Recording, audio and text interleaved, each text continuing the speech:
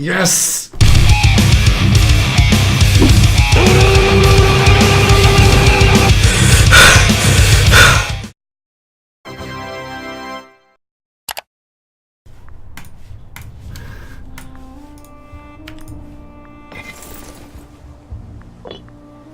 Wait a second.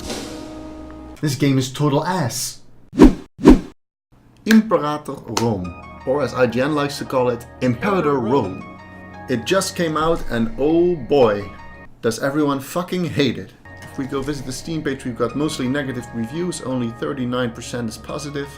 And the issue for most people seems to be that there's just not enough content in the game. It just feels empty. It just feels like there's not much to do in the game. So I thought it would be a nice idea to go over the finest and most literate reviews there are on Steam right now. Okay, first review.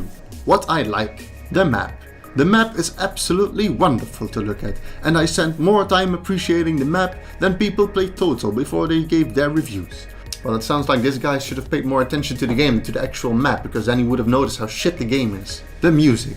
While the soundtrack is limited at this point, what is currently there is amazing and suits very well with this game's overall theme.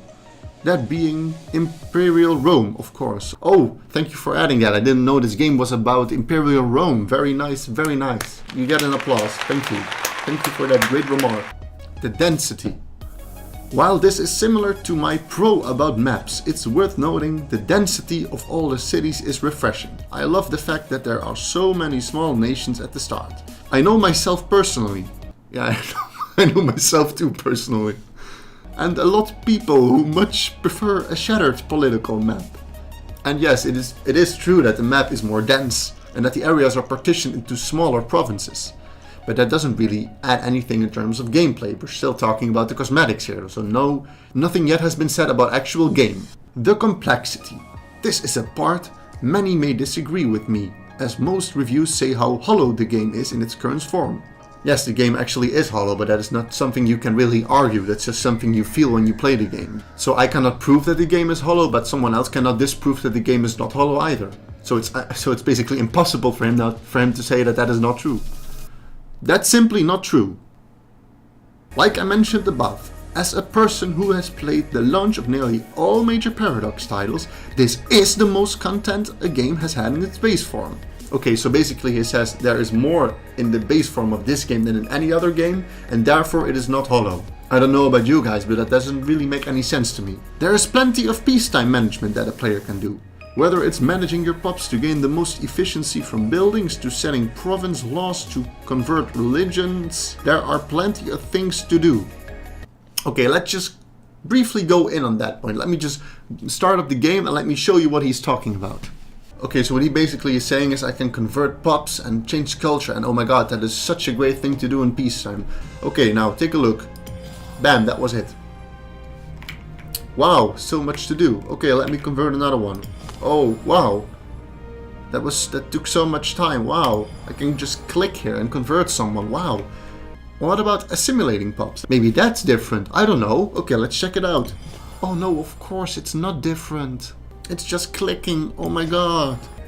If you can't find anything to do during peacetime, then you don't know how to play the game. Plain and simple. Because someone doesn't know how or what to do during peacetime does not mean it doesn't have peacetime play. So more than 60% of the people are just too dumb to play the game. Is that basically what you're saying? Conquest. The conquest is fun. The numbers are bigger. The numbers are bigger? It's easier to get claims. This is a conquest game, and that's what they push you to do. So basically he says the conquest is fun because the numbers are bigger, whatever that may mean. And it's easier to get claims. And that is why it's fun. Okay. One last thing I want to mention is you'll notice a lot of people slamming its UI. It's not that bad.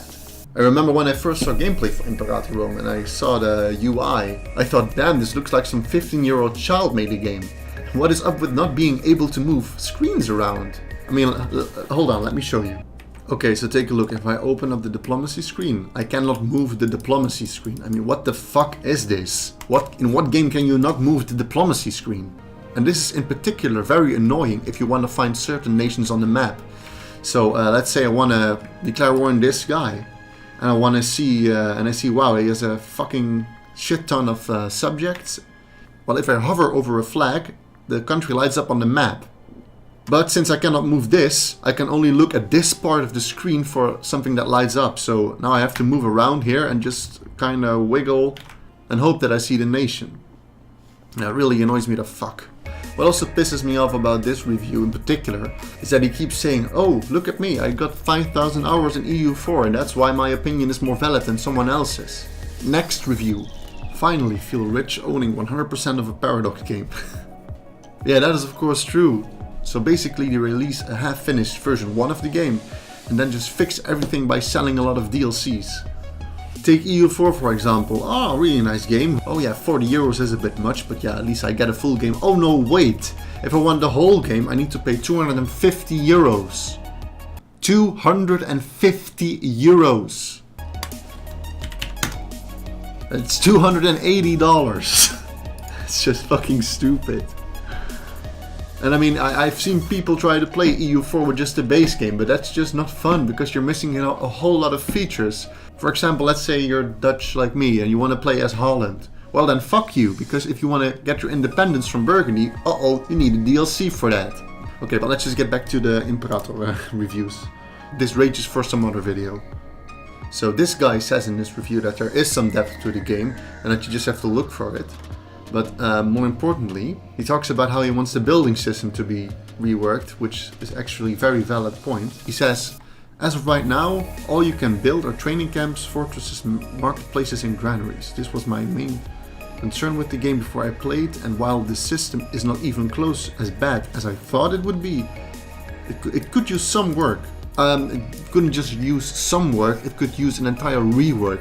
Let me show you what I'm talking about. Okay, so let's just say I want to build something. Let's say I want to build a marketplace. So it says plus 5% local tax. Okay, but how much does that increase for a certain province? I mean, you would think that it's smarter to build a marketplace in a bigger city than in a smaller city, right? Because you've got more people there. Well, if you want to know how much money you gain, well, fuck you, it doesn't say that. It just says, okay, you can build it here. Good luck. Same thing holds for training camps. Plus 10% local manpower. Well, what of an increase does that give me? How much more manpower will I get if I build it here or if I build it here? Well, fuck you. Good luck to you to find out what the best place is to build a training camp. It turned out that Paradox replied to these complaints, and this is what they had to say. It has been a rocky launch in some aspects, with part of the community unhappy. While it is not Hearts of Iron 3, there are still issues and I want to make sure you understand that we are looking at them. Barebone games. This is the feedback that I just do not understand. I took everything we had in Rome 1. What is Rome 1?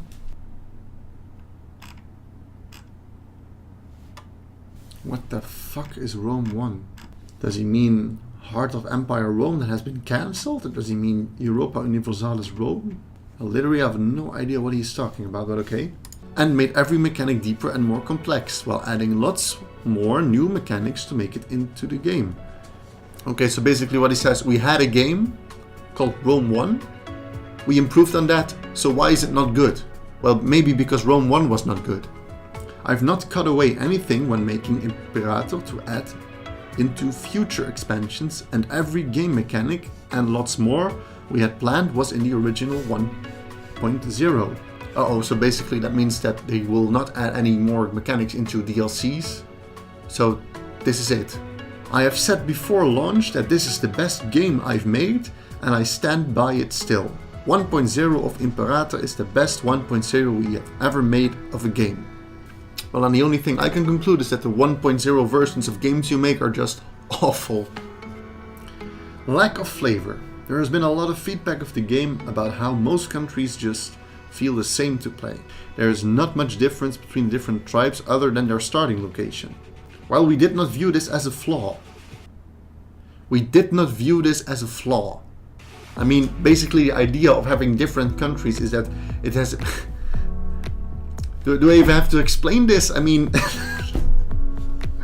Different countries should mean different playability options, and it should be a different experience every time, and not just be a different name on a different location. I mean, how stupid are you to say that? I mean, they did make games before. Let me check. Oh yeah, they made a shit ton of games. Oh, okay, so I'm not mistaken here. Content. It's hard to compare content between various games, but Imperator shipped with the same amount of events as Victoria 2 with expansions, and more than any game had at release besides CK2. Yeah, but it's not really about the amount of events that it has. I think the feedback is more about how some mechanics don't have any depth at all. For example, if you take a look at the naval combat, those are just basically two fleets ramming into each other, waiting for the other one to run out of morale. What disappoints me about this statement is that he doesn't say anywhere that he's sorry if he disappointed any of the fans. I mean, how hard is it to really acknowledge the fans you've disappointed? But hey, that's just my opinion. What's your opinion on Imperator, Ron? You think it's as ass as I say it is? Or do you enjoy the game? Or what do you think should be improved to the game? And do you think the points that were made in the reviews are fair? Let me know down in the comments below. And I'll see you next time.